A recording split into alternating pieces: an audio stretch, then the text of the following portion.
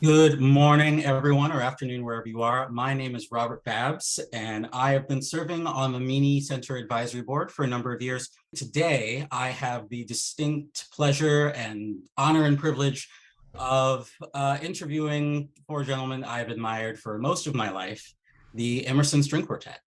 And I'm going to do a brief introduction about who they are, although most people watching this, I'm sure, will know a lot of this.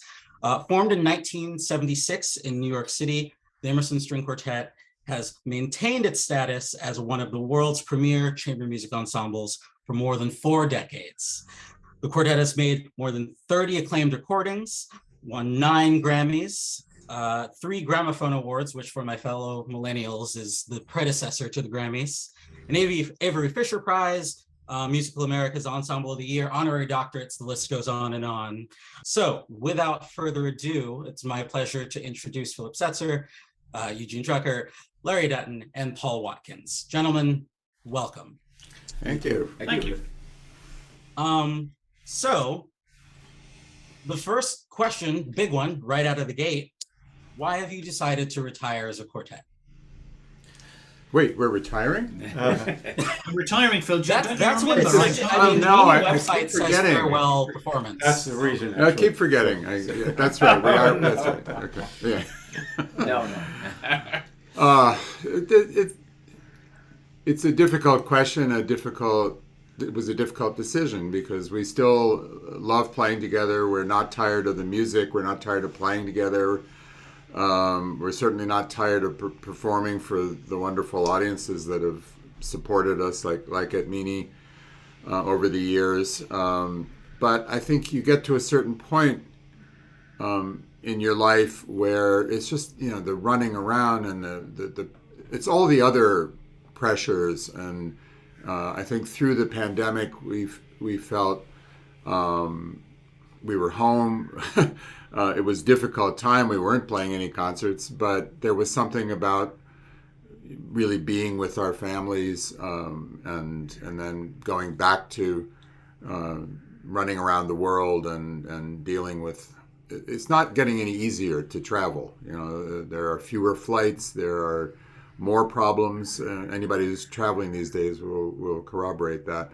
And I think we just felt, it'll be 47 years that we've been doing this as a quartet. Paul, it'll be 10 years since Paul joined us. I think he just joined the quartet, but it'll be 10 years when we stop.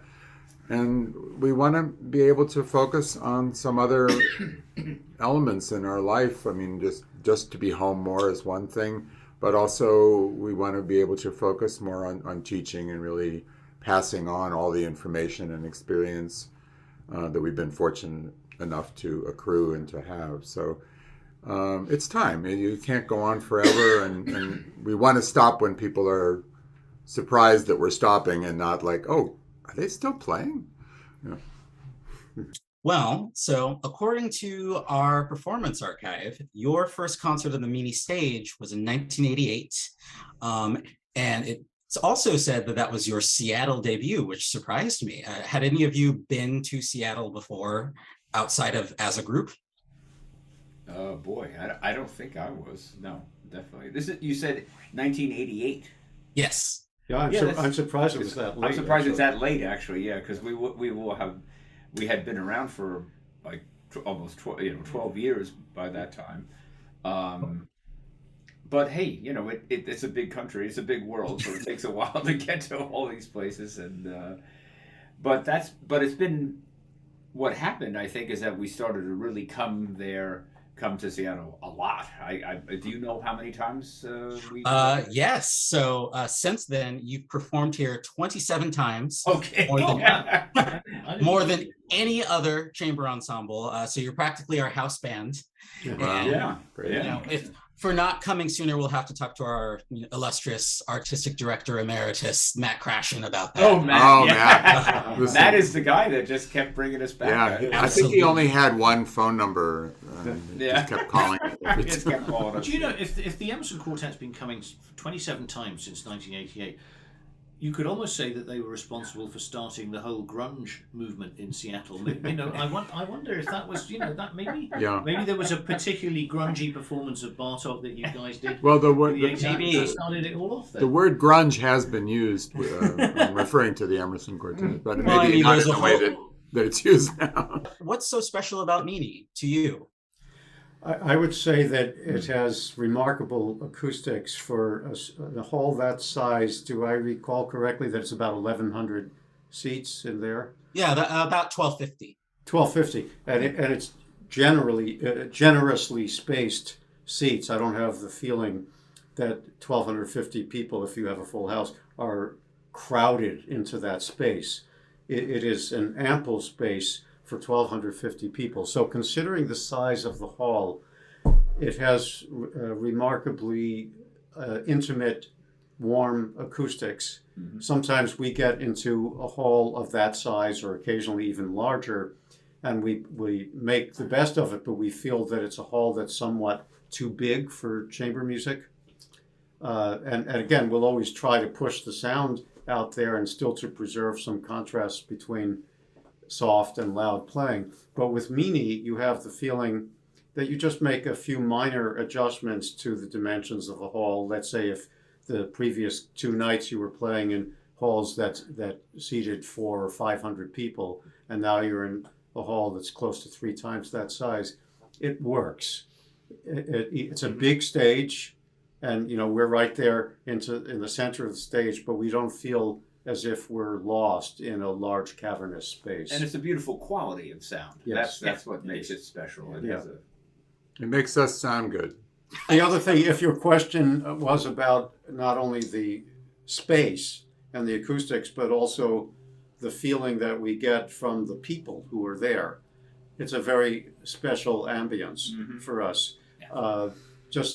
Of course, it's not always been exactly the same people in the audience, but we've had a sense of community there, that many people are willing to come to a chamber music concert, and they're enthusiastic about this art form. It has been very encouraging to us to see almost full houses there most of the times when we've come, and the warmth of the response that we've gotten. And in addition to that, of course, there is the UW World Series staff, the directorship, the people who have been responsible for bringing us, like Matt Krashen and Michelle Witt. These people have been extremely loyal to us and involved with what we're doing. So all of this combines to create a very special feeling about Meany for us. Before I let you go, is there anything you would like to say to your Meany Center audiences, your Seattle family? Well, it's when we perform there for the last time, it will be pretty emotional because we've been saying goodbye to a lot of organizations, and to think that we were there for 27 times is kind of mind-boggling. So I hope we won't have to cry too much that night, but it will be bittersweet to play our final concert in that gorgeous hall. Yeah, I agree. It's been a long ride, so to speak, and we know people in the community personally.